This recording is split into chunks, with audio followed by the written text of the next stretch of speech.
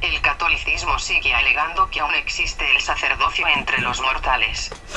Pero la palabra de Dios los contradice.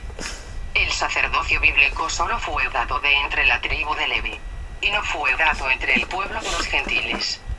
La perfección del sacerdocio fue alcanzada en Cristo Jesús, el cual es el último sacerdote y único sacrificio ya puesto por Dios. En él finalizó el sacerdocio. Y a partir de ahí, el sacerdocio de mortales llamados por Dios finalizó en Jesús el Señor. El sacerdote tenía el deber de hacer sacrificios por los pecados del pueblo. Al venir Jesús al mundo, y al ser él el único sacrificio por los pecados del pueblo, se convierte en el último sumo sacerdote y el último y único sacrificio por los pecados del pueblo.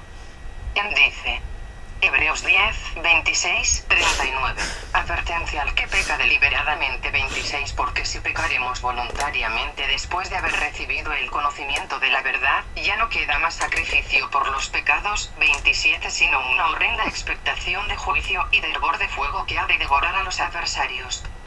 28. El que viola la ley de Moisés, por el testimonio de 2 o de 3 testigos muere irremisiblemente. 29. Cuanto mayor castigo pensáis que merecerá el que pisoteare al Hijo de Dios, y tuviere por inmunda la sangre del pacto en la cual fue santificado, e hiciere afrenta al Espíritu de gracia. 30. Pues conocemos al que dijo: mía es la venganza, yo daré el pago, dice el Señor. Y otra vez el Señor juzgará a su pueblo. 31. Horrenda cosa es caer en manos del Dios vivo. 32. Pero traed a la memoria los días pasados, en los cuales, después de haber sido iluminados, sostuvisteis gran combate de padecimientos. 33. Por una parte, ciertamente, con vituperios y tribulaciones fuisteis hechos espectáculo. Y por otra, llegasteis a ser compañeros de los que estaban en una situación semejante.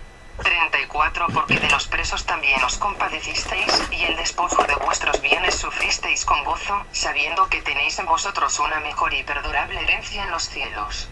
35. No perdáis, pues, vuestra confianza, que tiene grande galardón. 36. Porque os es necesaria la paciencia, para que habiendo hecho la voluntad de Dios, obtengáis la promesa. 37. Porque aún un poquito, y el que ha de venir vendrá, y no tardará.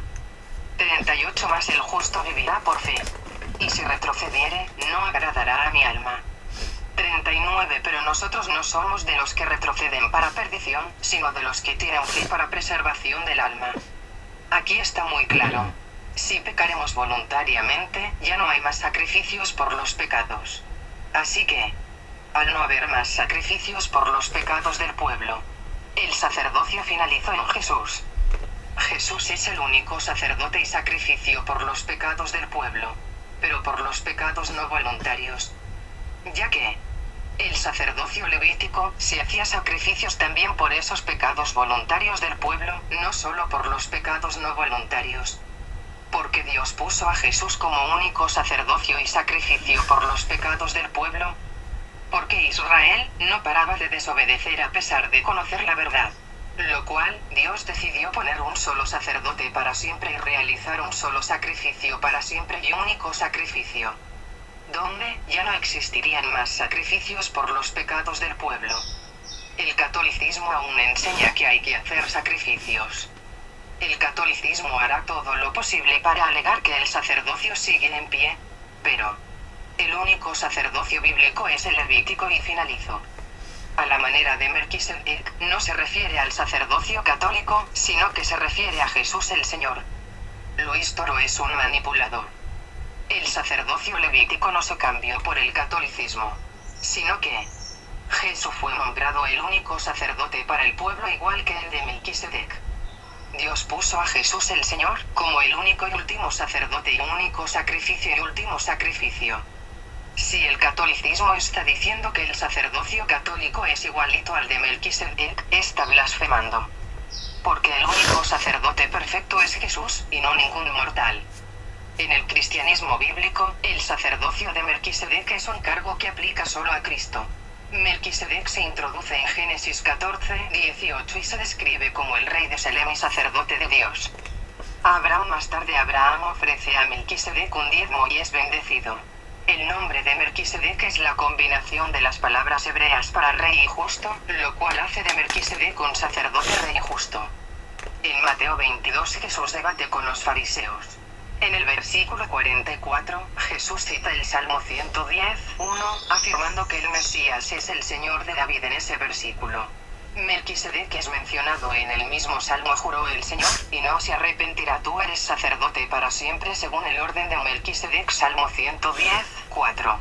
Así que al Mesías, el Señor de David, se le dio el sacerdocio de Melquisedec. Melquisedec es, por lo tanto, un tipo de Cristo. Algunos comentaristas dicen que la aparición de Melquisedec a Abraham fue en realidad una cristofanía, una temprana revelación de Jesucristo. Gran parte de los capítulos 6 y 7 del libro de Hebreos se dedica a explicar por qué el sacerdocio de Melquisedec de Jesús es superior al de Aarón. Hebreos 7, 23, 24 implica que Jesús tiene su cargo sacerdotal eternamente, utilizando una palabra griega que sugiere algo que no puede ser transmitido o cambiado.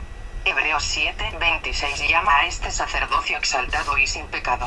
Por todas estas razones, solo Cristo puede cumplir con el cargo del sacerdocio de Melquisedec. Hebreos 6, 20. El catolicismo tiene una visión diferente y no bíblica del sacerdocio de Melquisedec. Según la doctrina católica, el cargo de sacerdocio de Melquisedec se detuvo hasta que fue reinstaurado a través del ministerio de Joseph Smith. Doctrina y Convenios 107, 1, 5. El catolicismo enseña que los hombres pueden ser ordenados en este sacerdocio, a través de cargos como apóstol, patriarca o anciano.